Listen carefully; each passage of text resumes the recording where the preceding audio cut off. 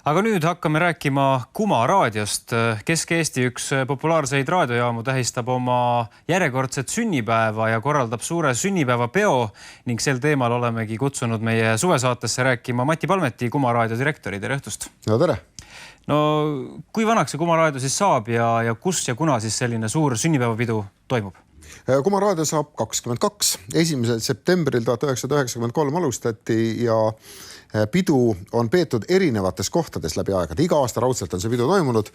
Seekord on taas Veskisillal, Türi lähedal, põhjuseks see, et seal on palju ruumi ja seekord on Kuma sünnipäevapeo deviisiks tahaks lennata, just nimelt tahaks, et üritaks ja prooviks, siis vaataks, kuidas välja tuleb ja lennatakse siis kõikvõimalike asjadega, pannakse kõik lendama, lendavad helikopterid, lendavad langevarjud, kes üles, kes alla, lendavad kirved horisontaalis tõenäoliselt ja loodetavasti vastava paku sisse, mitte kuskile mujale ja siis kogu see seltskond, kes sinna kokku tuleb, ma ei tea, kui palju see rahvast on, möödunud aastal oli kuskil 2000 ringis, see lendab siis tagasi kogu see rahvas 90-ndatesse aastatesse ja sealt ei leia ta eest mitte selliseid Ida-Viru kõrilõikajaid ja maffiabosse, vaid ta leiab sealt eest Black Velveti oma mõnusate mahedate lugudega ja teisi artiste ja ta leiab sealt Andrus Kuzmini videodiskoga. See on selline mees, kes on ka meil varem niisugustel üritustel osalenud ja kui keegi arvab, et videodisko tegemine, selline retro videodisko tegemine on lihtsalt nõnda, et paned vanad lood käima aastaarvu järgi ja kogu lugu, siis ta eksib jube rängalt.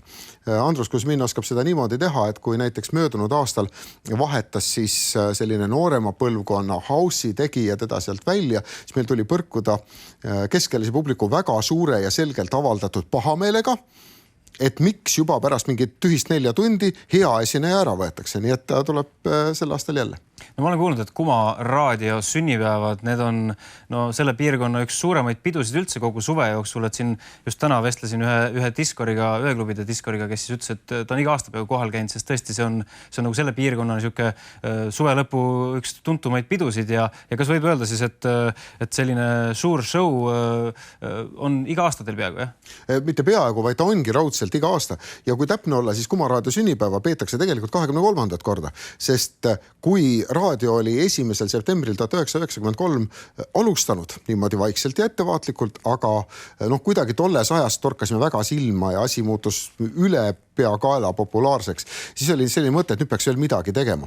Ja eestvedaja Ervin Runnel, tänu kellele see Kuma raadio üldse sündis, lahendas asja muidugi temale omasel moel niimoodi täie rauaga ja üle võlli, et triatlon, täismahus ralli ja sellised asjad, et see esimene pidu oli juba siis ja see pidu on alati toimunud, see pidu on olnud alati rahvarohke ja loodetavasti tuleb seekord ka, jah. Mis raadio see Kuma raadio üldse selline on? Ma pean tunnistama, ma ei kuulu nende hulka, kes iga päev Kuma raadiot kuulavad. Kus see üldse levib? Mis muusika seal mängitakse? Näiteks meie intervjueel oli siin üks selline pop suvelugu Lost Frequencies Reality eetris. Kas sellist muusikat ka on teie raadiost võimalik kuulata? Kuma raadio muusika on seinast seina. See on väga halb väljend. See tähendab, et teed kõike siis nagu mitte kellelegi. Aga tegelikult Kuma raadio on eelkõige Järvamaa inimesele või Järvamaaga seotud inimesele või Järvamaaga kaasamõtlevale inimesele. See tähendab, see informatsioon on kõige tähtsam ja sealt kaudu tuleb siis väga lai muusikavalik. Aga Kuma raadio on veel ka niisugusele inimesele, kes tahab saada sellist muusikalist magustoitu vahel. Meil on kahjuks lett enamasti kaetud kiirtoiduga selles valdkonnas ja selline korüfee nagu Andres Põllu suudab pakkuda muidugi teisipäeva ja reede õhtul täiesti fantastilisi muusikasaateid, mida võib-olla teistes kanalites vast klassikaraadio suudab endale lubada, kui ta klassikast natukene progeroki poole ära eksib vahel. Kuidas see leviala teil on siis, et kui ma nüüd sõidan, ma ei tea, autoga Tallinnast Tartusse, siis vahepeal peaks saama Kuma raadiot ilusti kuulata? Ja 101,0 MHz on sagedus ja kuna suunatud on ta Järvamaale, siis ega ta väljapoole niimoodi mööda õhku ei pruugi kaugele levida, võib-olla sinna Viljandini ja Laevani Tartu poole, aga kui inimestel on mure, siis alati on olemas ka lahendus ja on olemas selline internetilehekülg nagu kuma.fm.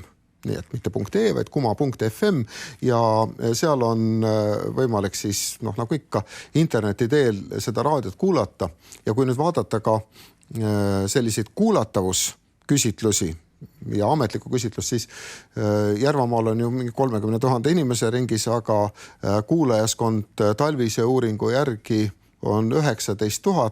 See tähendab ikkagi seda, et see internet toob väljaspoolt ikkagi märkimisväärse hulga kuulajat juurde. Selge, aga siis lõpetuseks kordame üle veel, et kuna siis suur sünnipäevapidu on ja ma saan aru, et kõik Eesti inimesed on oodatud sellele suurele Kuma raadio sünnipäeva peale. No augusti viimasel laupäeval Veskisillal, see on Türi külje all.